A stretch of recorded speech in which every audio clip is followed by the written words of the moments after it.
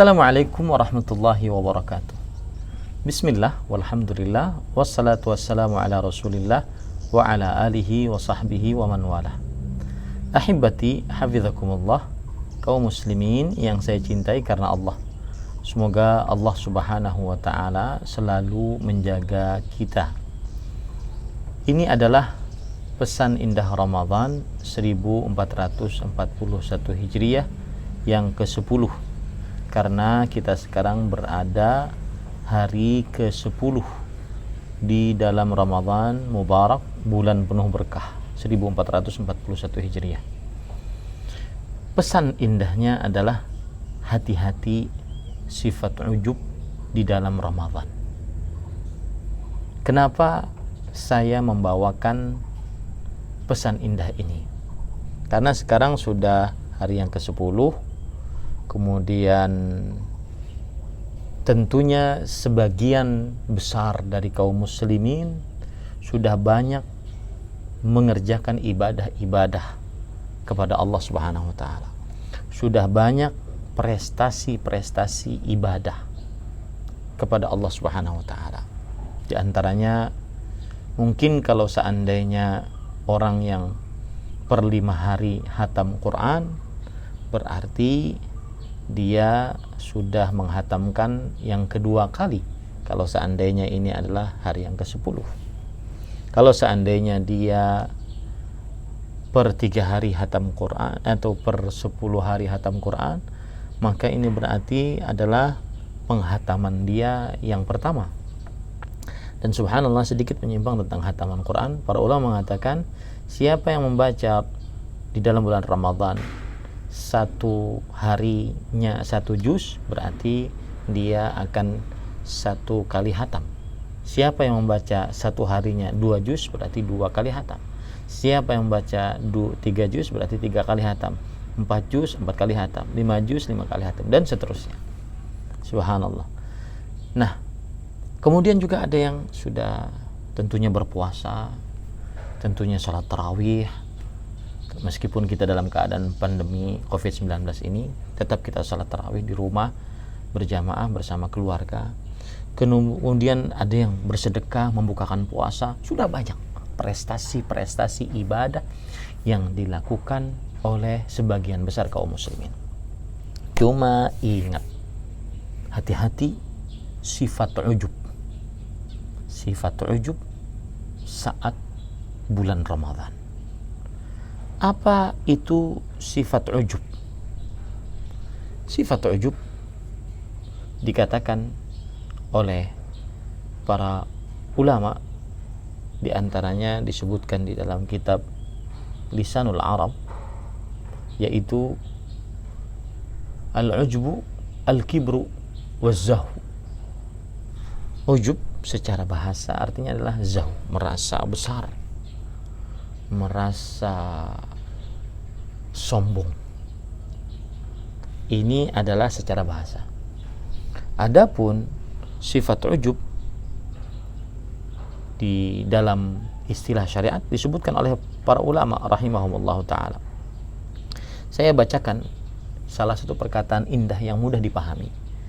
Disebutkan oleh ulama besar abad kedua Hijriah, Abdullah bin Al-Mubarak, ulama Islam, wafat pada tahun 181 Hijriah. Imam Az-Zahabi rahimahullah di dalam kitab beliau Syiar A'lamin Nubala menyebutkan bahwa Abdullah bin Mubarak rahimahullah ta'ala ditanya tentang al-ujub. Apa itu ujub? Yang bertanya adalah Abu Wahab Al-Marwazi. Lalu Abdullah bin Mubarak rahimahullah menjawab, antara anna indaka syai'an laisa inda ghairika, yang artinya engkau melihat bahwa engkau memiliki sesuatu yang tidak dimiliki oleh orang lain. Itulah ujub. Merasa memiliki sesuatu yang tidak dimiliki oleh orang lain, bangga dengan yang dimiliki, menganggap orang lain tidak memilikinya. Kemudian beliau memberikan perkataan yang sangat-sangat berbahaya, yaitu tentang ujub. Maksudnya beliau mengatakan, la a'lamu fil musallin syai'an syarran minal ujub. Aku tidak mengetahui ada sesuatu yang lebih buruk di tengah orang-orang yang ahli sholat, ahli ibadah maksudnya, kecuali sifat ujub.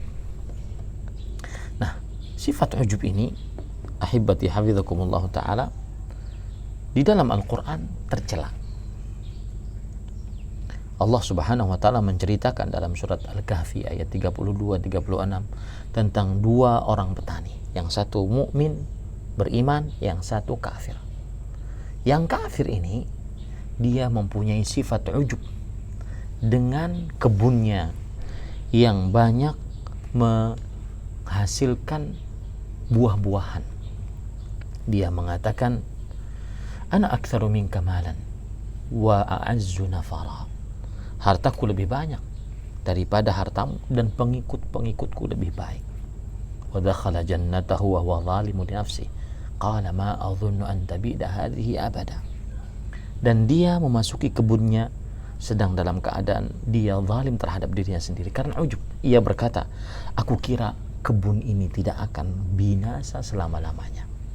Akhirnya Allah subhanahu wa ta'ala binasakan kebun tersebut. Sifat ujub. Kemudian di dalam hadis Rasul sallallahu alaihi wasallam, Nabi kita Muhammad sallallahu alaihi wasallam mengatakan tentang sifat ujub. Di dalam hadis yang diriwayatkan oleh Imam Bukhari dan Muslim dari Abu Hurairah radhiyallahu anhu, Nabi Muhammad sallallahu alaihi wasallam bersabda, "Baina rajulun yamshi fi hullah."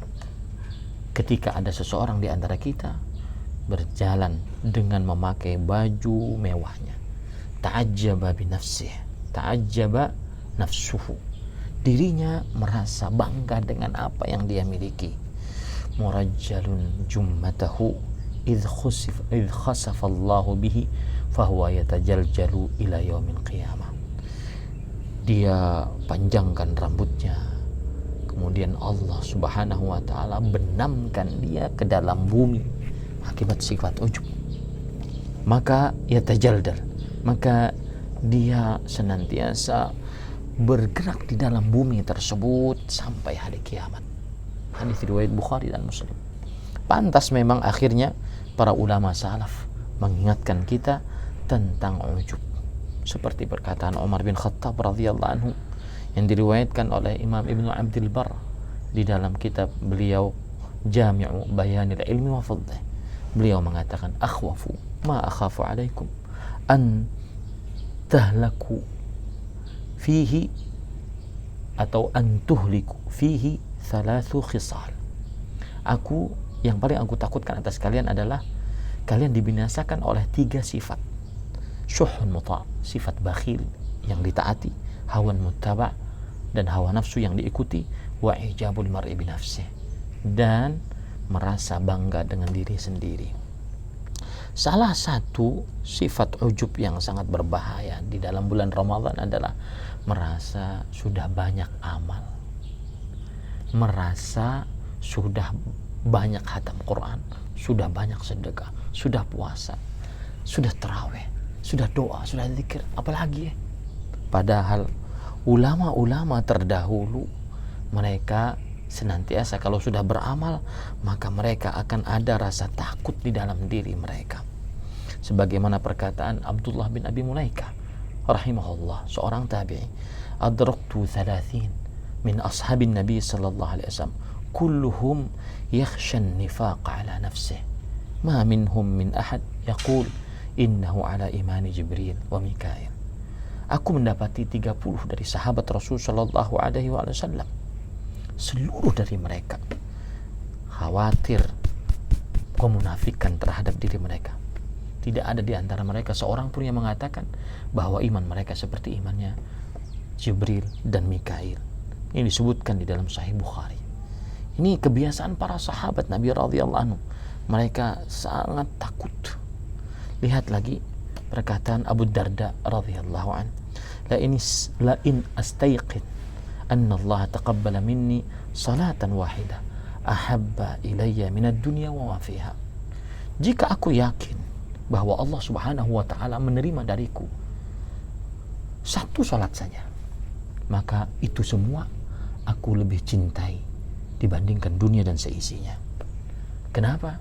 Karena Allah berfirman dalam surah Al-Maidah ayat 27, innama yataqabbalullah minal muttaqin. Sesungguhnya Allah Subhanahu wa taala hanya menerima dari orang-orang yang bertakwa. Itu perkataan dikatakan di dalam kitab tafsir Imam Ibnu Katsir rahimahullahu taala. Begitu juga Ali bin Abi Thalib radhiyallahu anhu. Beliau mengatakan, "Kunu liqabulil amal ashadda ihtimaman minkum bil amal. Lam tasma'u Allah Azza wa Jalla yaqul innama yataqabbalu Allah minal muttaqin." Jadilah kalian orang-orang yang selalu perhatian terhadap diterimanya amal, lebih perhatian dibandingkan beramal itu sendiri. Bukankah Allah Subhanahu wa, apakah kalian tidak mendengar Allah Subhanahu wa taala berfirman, sesungguhnya Allah hanya menerima dari orang-orang yang bertakwa. Itu perkataan disebutkan oleh Imam Al-Qurtubi dalam kitab tafsirnya.